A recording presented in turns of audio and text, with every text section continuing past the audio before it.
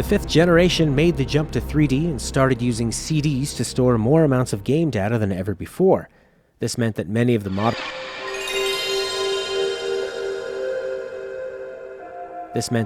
modern mechanics we take for granted had to be conceived and explored. How to navigate a 3D space, what to do with CD music, and how to get games to be taken seriously by adults were all questions that the PlayStation had unique answers for.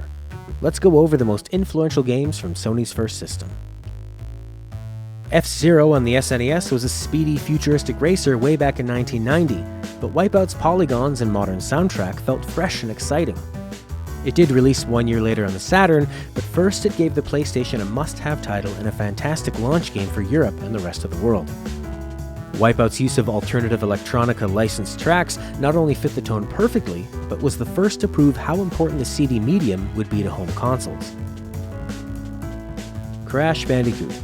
Sony finally got the mascot they needed to match Mario and Sonic. Like Sonic, Crash had more attitude and personality than Mario, but he was more self-aware and a lot more funny. Sony found a gem of a comedian to play Crash in their hilarious commercials too. You're nuts. This is nuts. Woo! Sega, Nintendo, and Sony all took a stab at what 3D gaming would be. Sony's method was to have 3D characters and a 3D environment running on rails to limit what they needed to design.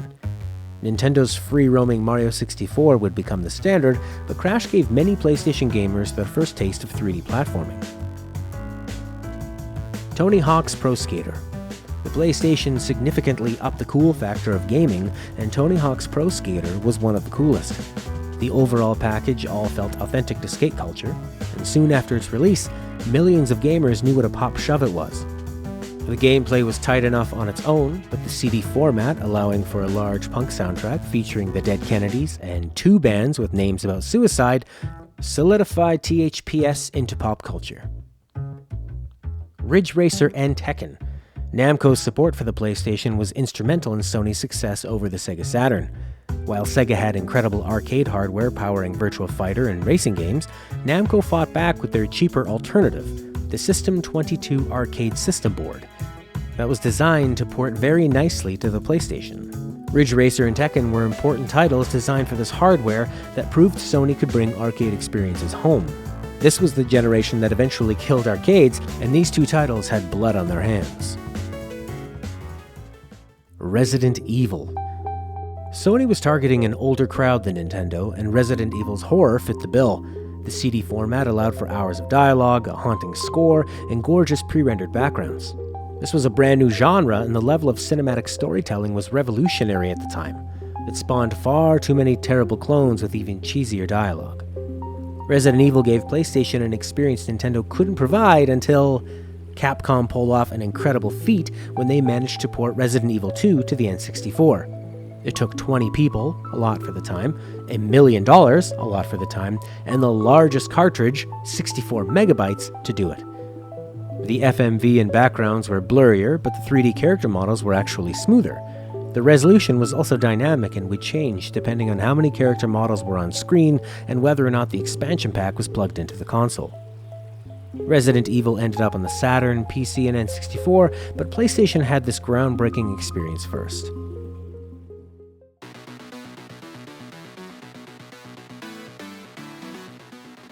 Gran Turismo released in late '97 in Japan and 1998 around the rest of the world, but development for this game started way back in 1992.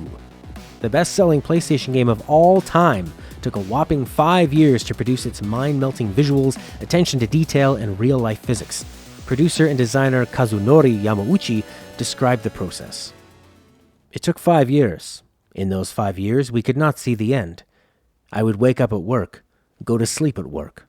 I was getting cold, so I knew it must be winter. I estimate I was home only 4 days a year.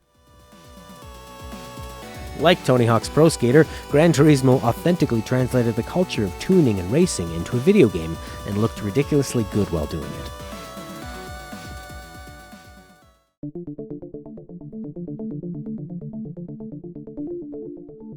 Metal Gear Solid immediately raised the bar for voice acting and cinematic presentation in a video game. The incredible direction and presentation squeezed out of the original PlayStation is best represented by Snake's face. Look at this. Instead of eyes, we get the pixelated suggestion of eyes. But by the grace of Kojima, it all comes together as a cohesive whole. We buy into the tone and are immersed in Shadow Moses and this wacky universe where hardcore military characters function right alongside the levitating mind readers and giant shaman. Metal Gear Solid incorporated so many clever mechanics that had never been seen before. The Psycho Mantis and Sniper Wolf boss fights were exceptional, and the entire experience felt like a playable action movie. When I first beat it, I put my controller down and paused to reflect on the experience I just had. This was the first time I'd ever done that, and it'll stick with me until I'm senile.